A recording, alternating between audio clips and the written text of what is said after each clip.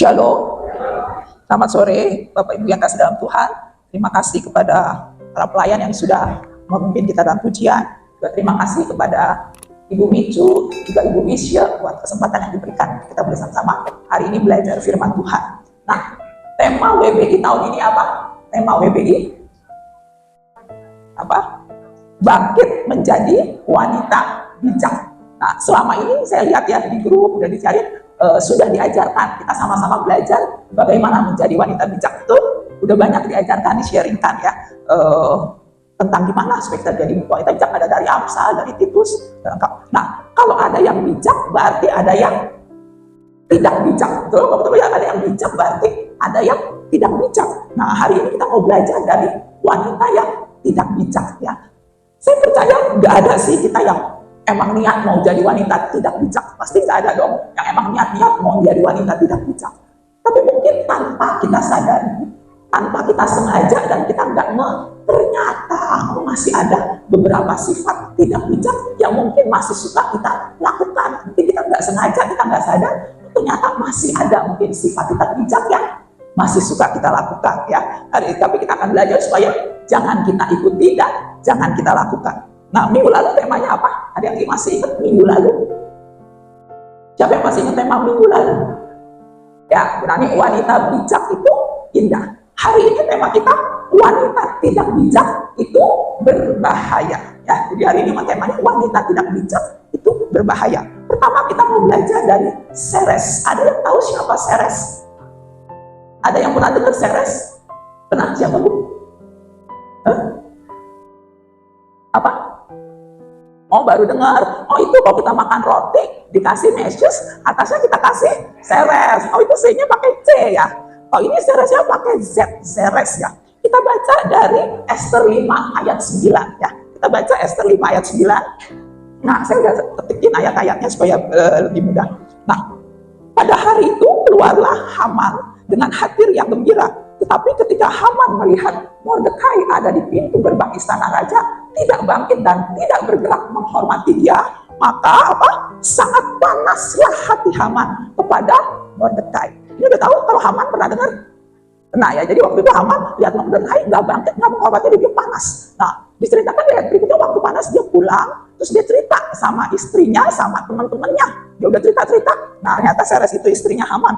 Lalu kata Ceres istrinya dan semua sahabatnya kepadanya, suruhlah orang membuat tiang yang tingginya 50 hasta dan persembahkanlah besok pagi kepada raja, supaya Mordekai disulahkan orang pada tiang itu. Kemudian dapatlah engkau dengan bersuka cita pergi bersama-sama dengan raja ke perjamuan itu. Hal itu dipandang baik oleh Haman. Lalu dia menyuruh membuat tiang. Nah, tipe wanita tidak bijak yang pertama kalau seperti Ceres ini tipenya apa?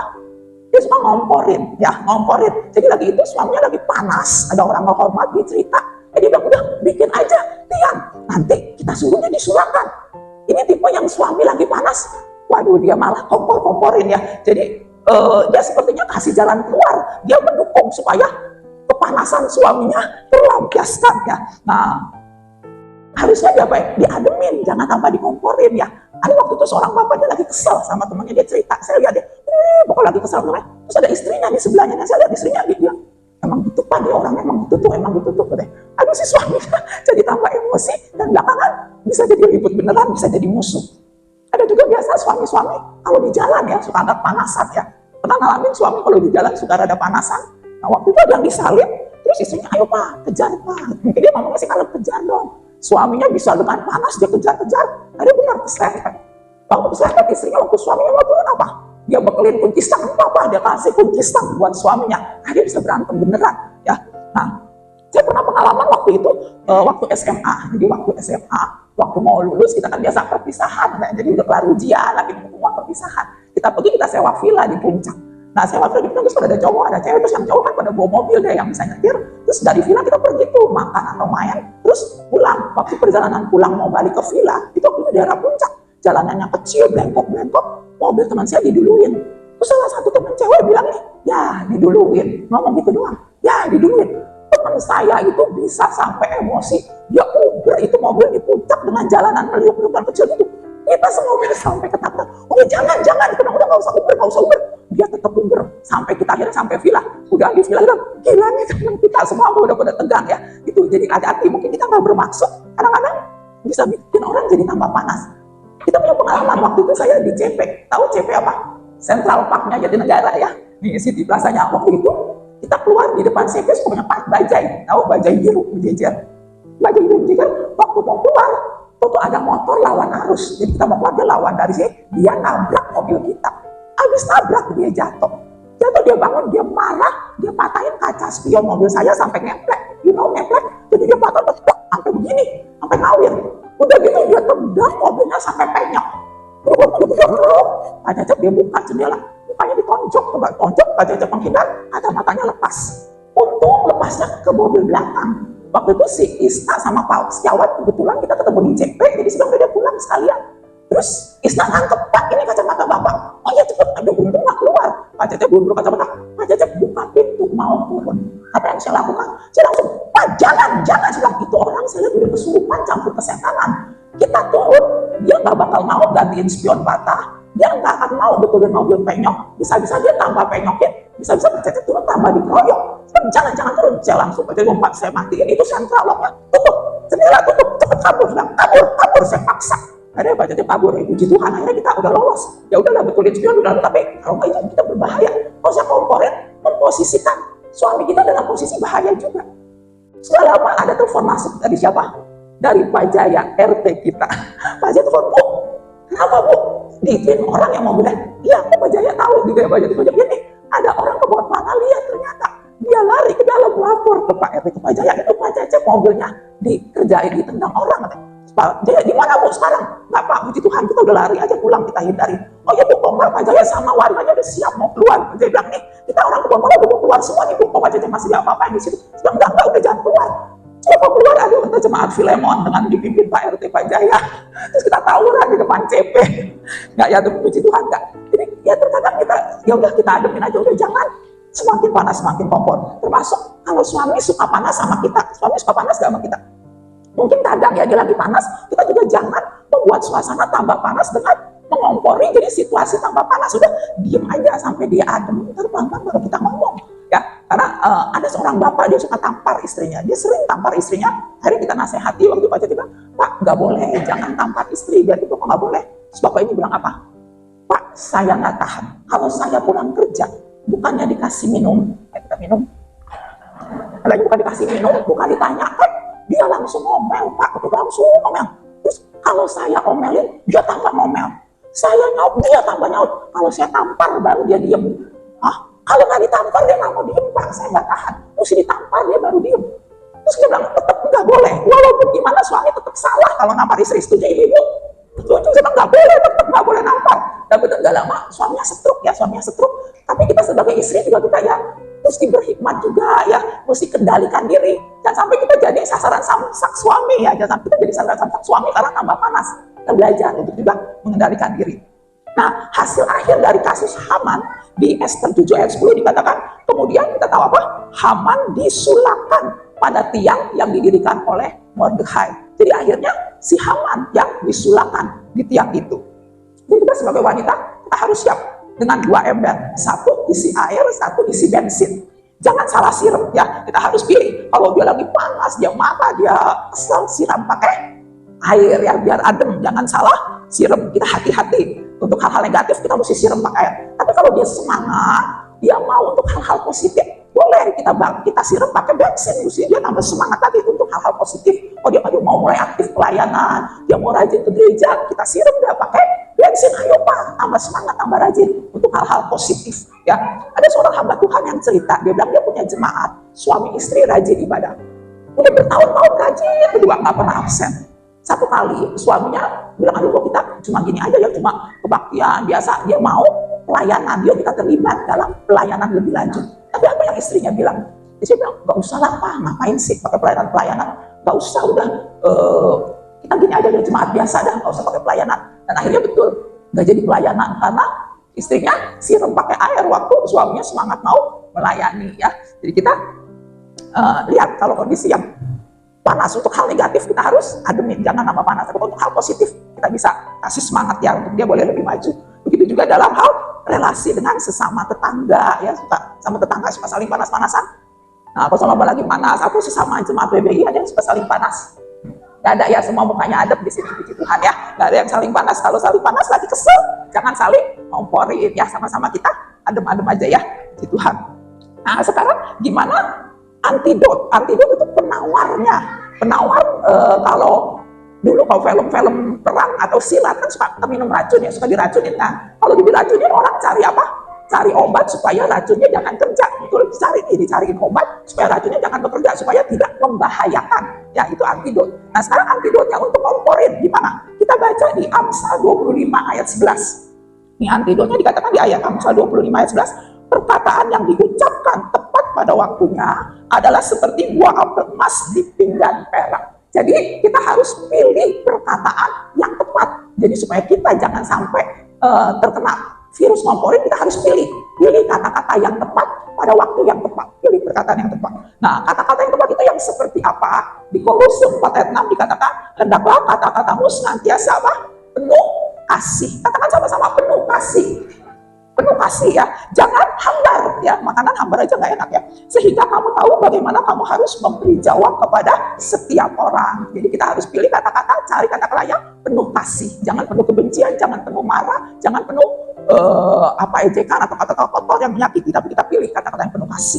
Kenapa kita harus memiliki kata-kata yang penuh kasih? Karena di Matius 12 ayat 36 ayat 37 dikatakan, aku berkata kepadamu, setiap kata sia-sia yang diucapkan orang harus apa? Dipertanggungjawabkannya pada hari penghakiman. Karena menurut ucapanmu engkau akan dibenarkan, dan menurut ucapanmu pula engkau akan dihukum ya. Jadi kenapa kita harus pilih kata-kata yang penuh kasih? Karena menurut ucapan kita akan dibenarkan atau dihukum. Jangan sampai pada saat penghakiman, pada saat akhir ternyata kita termasuk yang dihukum karena perkataan kita ya. Itu yang pertama dari Seres. Yang kedua, kita belajar dari Hawa ya. Dari Hawa. Ada yang tahu Hawa siapa? Istri Adam ya. Adam manusia pertama ya, bukan Adam anaknya beculan ya di sini ya. Jadi Hawa istrinya Adam. Nah, dikatakan di Kejadian 3 ayat 6. Kita belajar dari tokoh yang kedua. Perempuan itu melihat bahwa buah pohon itu apa pertama? Baik untuk dimakan. Jadi dia lihat pakai matanya ya, mata buah itu baik untuk dimakan dan apa? Sedap kelihatannya. Wah, kalau dimakan enak nih. Keinginan untuk menikmati, sedap kelihatannya. Lagi pula pohon itu menarik hati karena memberi pengertian. Karena waktu itu malaikat iblis bilang, ular, kalau kamu makan nanti kamu seperti Allah. Dia memiliki pengertian nih, dia ada sombong, dia ingin seperti Allah. Lalu si Hawa mengambil buahnya dan dimakannya dan diberikannya juga kepada suaminya yang bersama-sama dengan dia, dan suaminya pun memakannya. Nah, tipe yang kedua, tipe Hawa, dia apa? Dia tidak bisa mengendalikan apa? Keinginan matanya. Dia lihat, wah, ini kelihatannya baik nih untuk dimakan. Terus dia juga tidak mengendalikan keinginan dagingnya. Wah, sedap nih dimakan, enak nih, dia mau menikmati. Dan juga keangkuhan hidup, dia mau seperti Allah, memiliki pengertian, tahu yang baik dan jahat. Sampai akhirnya dia jatuh ke dalam dosa dan dia ajak suaminya untuk juga berdosa. Jadi dia nggak bisa mengendalikan dan dia berdosa, dia ajak juga suaminya untuk berdosa. Nah, ada kadang-kadang kita mungkin ibu-ibu ya, kita lihat, aduh kepengen apa tuh, lihat barang-barang bermerek, kadang-kadang mata ya kalau kita jalan-jalan, mau lihat sale, lihat yang bagus, sesuatu yang kita ingin, kadang itu kita tergoda ya. Itu juga sekarang apalagi di medsos banyak kita lihat makanan mewah, makanan enak, karena ada keinginan, aduh pengen juga mewah seperti itu ya. Nah, akhirnya kalau yang kita tidak bisa mengendalikan, kita memaksa, akhirnya bisa jadi suami bisa ada beberapa yang korupsi. Sekarang lagi heboh ya, ada pegawai apa? Pajak ya, yang pajak itu yang lagi heboh ternyata kekayaannya banyak sekali. Lalu suami korupsi nggak jujur. Nah, akhirnya kalau udah gitu suami dipecat, kita juga ikut-ikut kena dampaknya ya. Kalau dia nggak korupsi, mungkin dia nggak sampai korupsi, tapi dia punya utang di mana-mana. Itu juga bisa mengganggu kinerjanya. Nah, belanja yang harusnya 1 bulan, 2 minggu kita udah habis mungkin ya, karena kita nggak bisa mengendalikan. Dan sebenarnya uang belanja 1 bulan, 2 minggu udah keburu habis karena kita nggak bisa mengendalikan. Kita juga mungkin nggak bisa mengendalikan kemarahan kita kesel, kita marah sama mertua, suami kita ajak untuk ikut marah sama mamanya.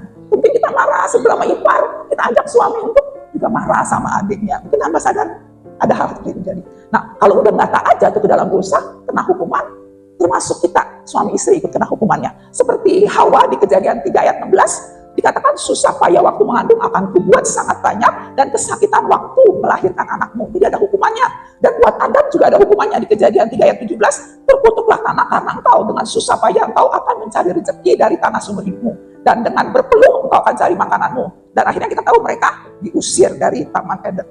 Nah, Hawa diciptakan seharusnya menjadi penolong, harusnya menolong, tapi dia malah membawa Adam ikut jatuh ke dalam dosa.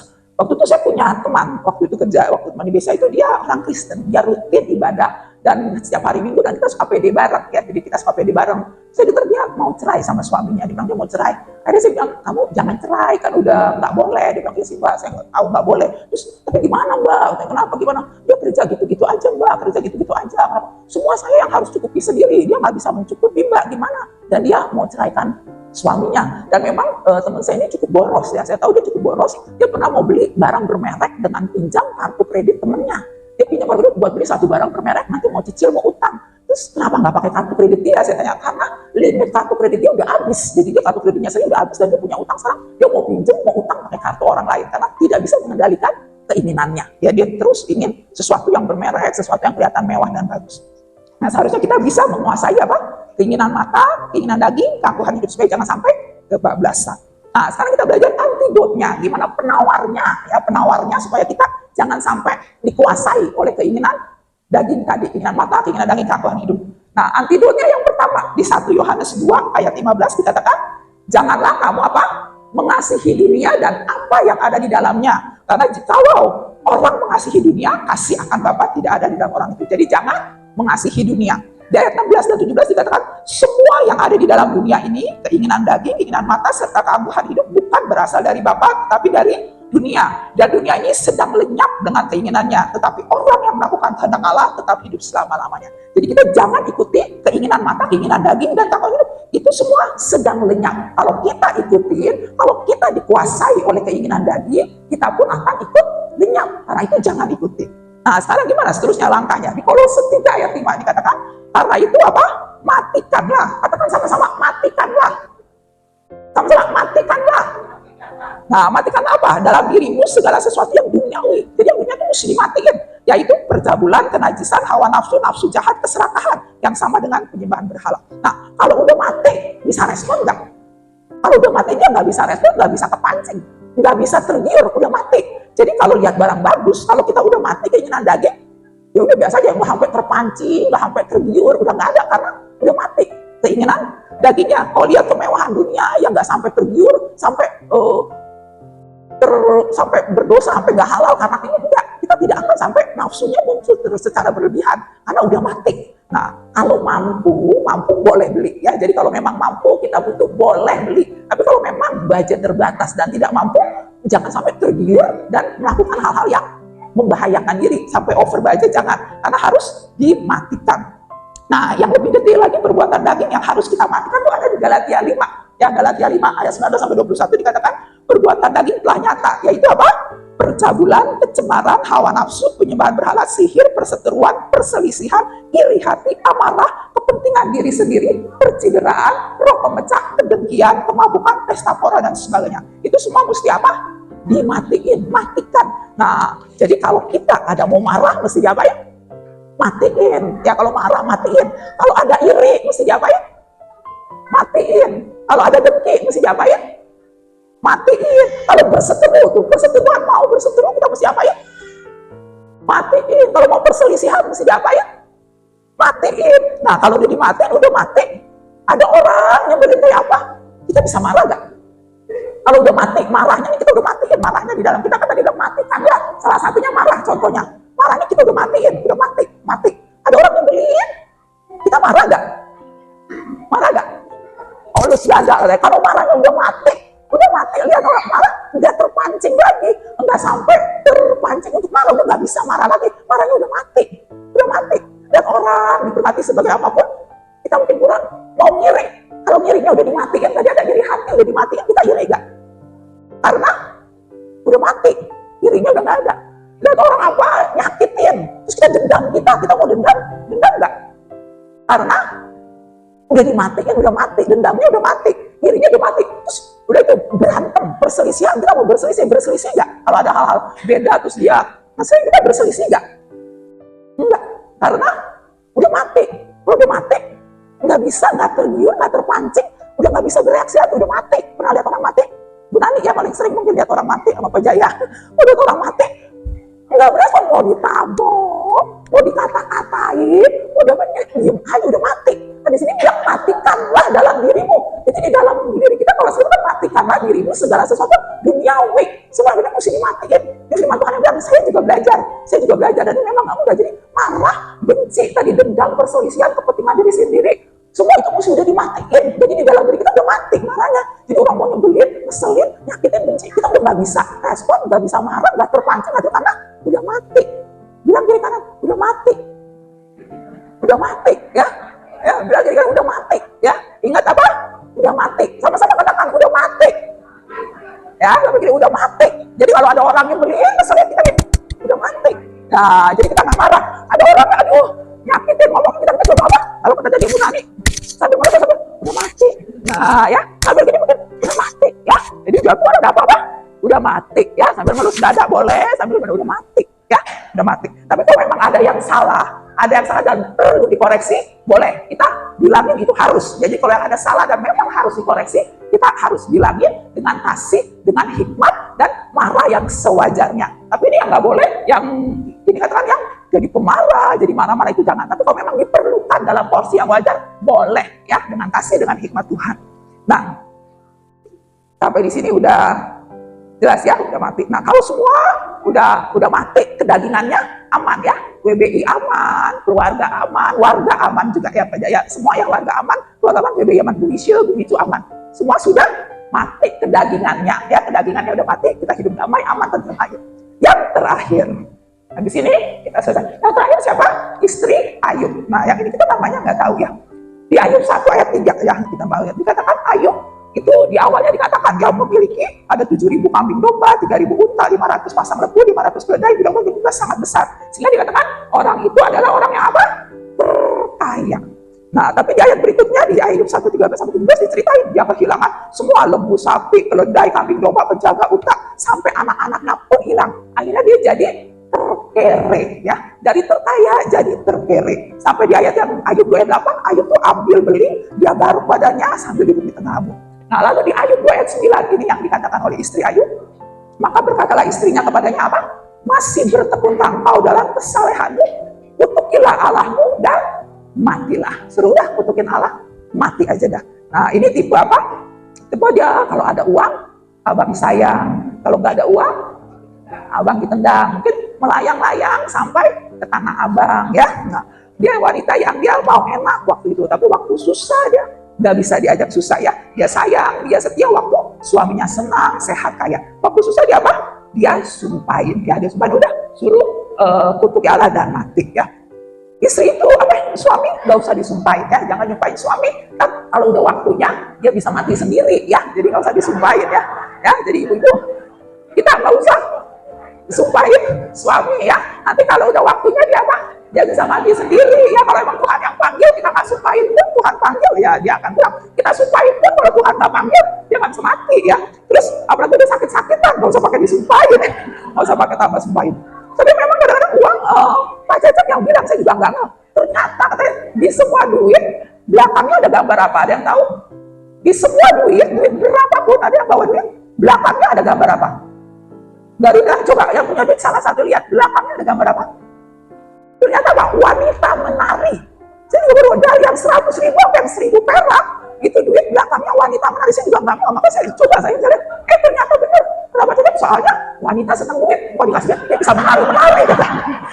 Kata Pak Cecep bilang, kita abang lihat, dia ada semua duit. Kalau dikasih wanita bisa menari loh. Oh iya benar juga sih ya. Kalau dikasih dia bisa menari ya.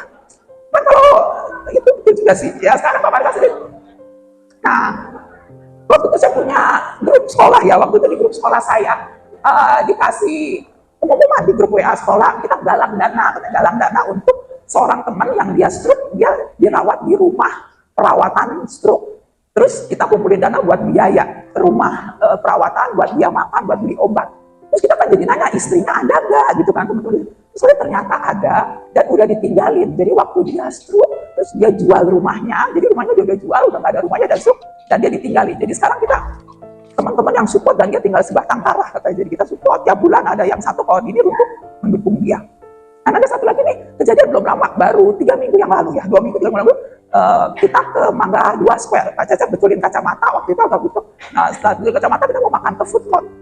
Terus yang jual sini kok katanya, saya tunjukin dari lift tinggal naik, terus di jalan anterin ke lift, dia jalannya cepet banget sampai kita berdua pakai kepot-kepot ya. Kak Caca yang jalan cepet ketinggalan. Gitu dia Kak Caca, waduh Pak, ini kok jalan sama istri bisa ketinggalan nih Pak katanya gitu. Terus si mbaknya terus dia langsung diam. Dia nggak ada istri katanya. Terus jadi kaget kan, nggak enak ya, nggak. Istri saya ninggalin saya katanya. Ninggalin iya katanya. Dia waktu itu punya usaha di pasar Senen kacamata. 20 tahun saya bangun, saya bangun 20 tahun udah maju. Tahu-tahu kebakaran habis dalam waktu sehari habis. Istri saya takut miskin, kata dia, istri saya takut miskin dan dia tinggalin saya. Dia bilang padahal saya tidak ada salah, kata dia, saya nggak salah lu. Kenapa saya nggak main judi? Saya nggak suka pukul dia, saya nggak pernah jahatin dia. Dia bilang saya baik, saya nggak pernah jahatin dia, saya nggak pernah pukul dia, saya nggak main judi. Terus saya langsung tanya, punya perempuan kali? Saya otomatis gitu, ada cewek nggak? Ada cewek nggak? Saya langsung gitu. Terus dia, enggak, saya nggak ada cewek juga kok, betul saya nggak ada cewek, cuma dia takut miskin aja katanya. Jadi dia waktu kebakaran istrinya tinggalin, terus pas COVID dia bilang. Jadi sekarang dia mulai dengan kontrak di Mangga 2. Karena memang kadang-kadang ada ujian ya, ujian. Waktu tadinya apalagi Ayub percaya sampai terkadang ujian. Saya pernah ngalamin juga waktu Pak Cecep dari Citibank keluar, yang sudah diceritakan penghasilan tinggal berapa? 5%. Saya itu dulu orang yang egois ya, egois. Uangmu adalah uangku, tapi uangku adalah uangku, nggak boleh dipakai, gitu. Aduh, kalau mau sehari-hari mau belanja apa aja, saya wah ini dan tiap bulan dia transfer. Terus ini Pak mau beli ini, makan bareng juga suruh dia yang bayar, nah ini. Terus sudah uang saya buat apa? Saya tabung, betul. Kita kan biasa perempuan gitu ya, cari duit buat kita, betul nggak? Iya, kalau mau buat kebutuhan sehari-hari kita suruh laki kita yang bayar, gitu. Ada yang seperti saya. Nah terus sudah gitu udah. Nah, kalau saya buat situ, saya buat beli gelang, saya bukan perhiasan, saya beli kalung, saya beli cincin, begitu. Terus sudah. Nah waktu penghasilan tinggal 5%, nah nggak cukup makan kan masih tetap makan ya, nggak jadi nggak makan, tetap biaya hidup siapa?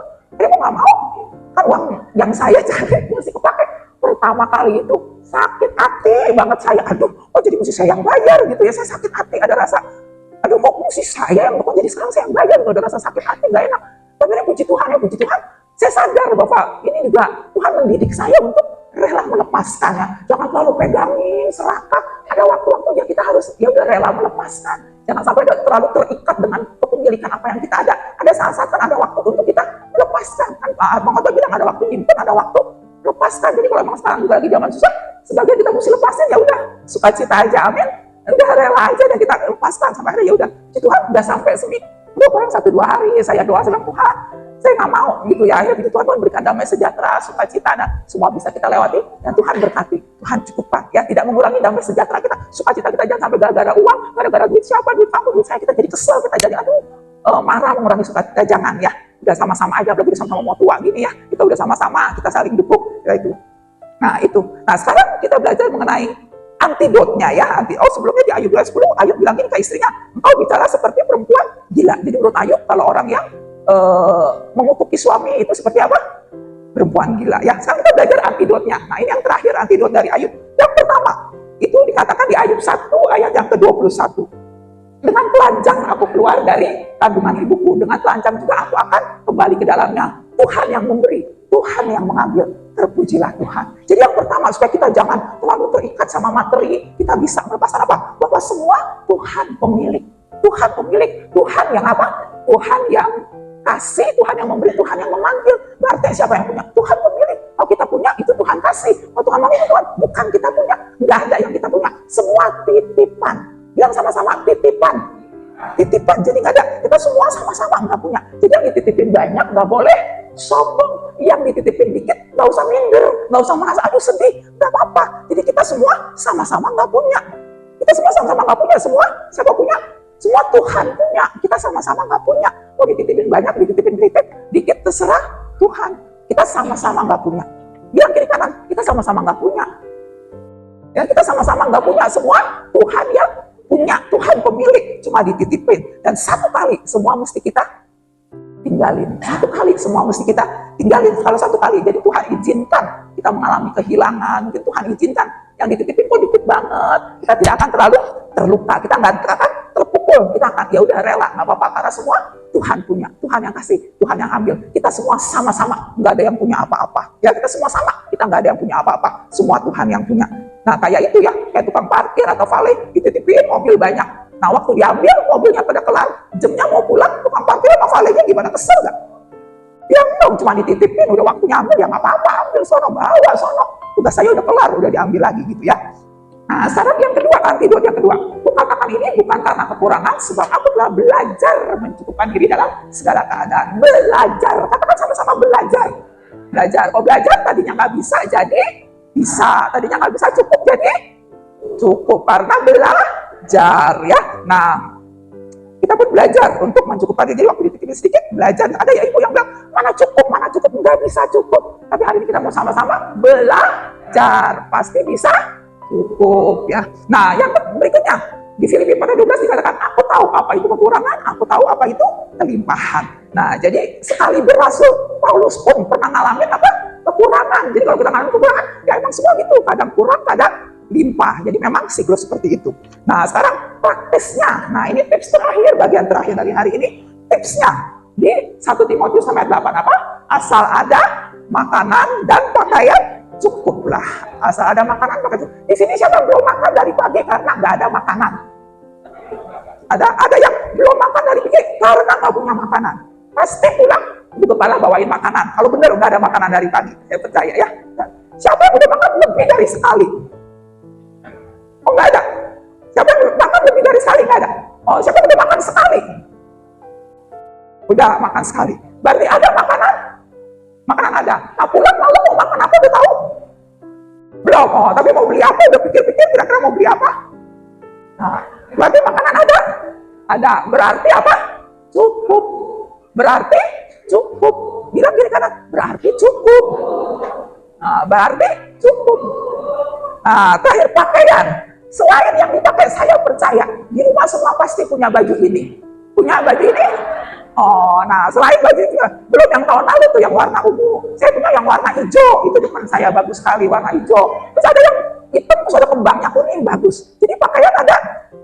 Pakaian ada. Berarti cukup. Bilang sama, berarti kita cukup.